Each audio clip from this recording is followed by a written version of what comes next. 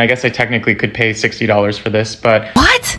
$60 for a jar of kaya? My Asian ass would never.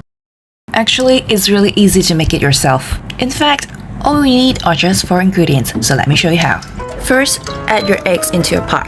Then, gradually add in the sugar and stir until it's dissolved. Here, I'm using my bread maker's kneading function to help with the job.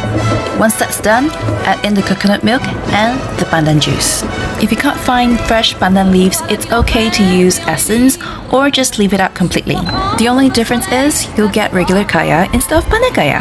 Now, I've switched it over to the jam cooking function, but if you're using a pot, cook it over medium-low heat while gently stirring to prevent any curdling. As for the bread maker, just leave it to cook and scrape down the walls from time to time. Once it has thickened, turn off the heat and leave it to cool. It's okay if your kaya comes out kind of clumpy. Just use a blender, it blends it right out. So there you have it, smooth, delicious kaya. Now you can have kaya butter toast anytime you want. I'll leave the recipe down in the caption. Enjoy!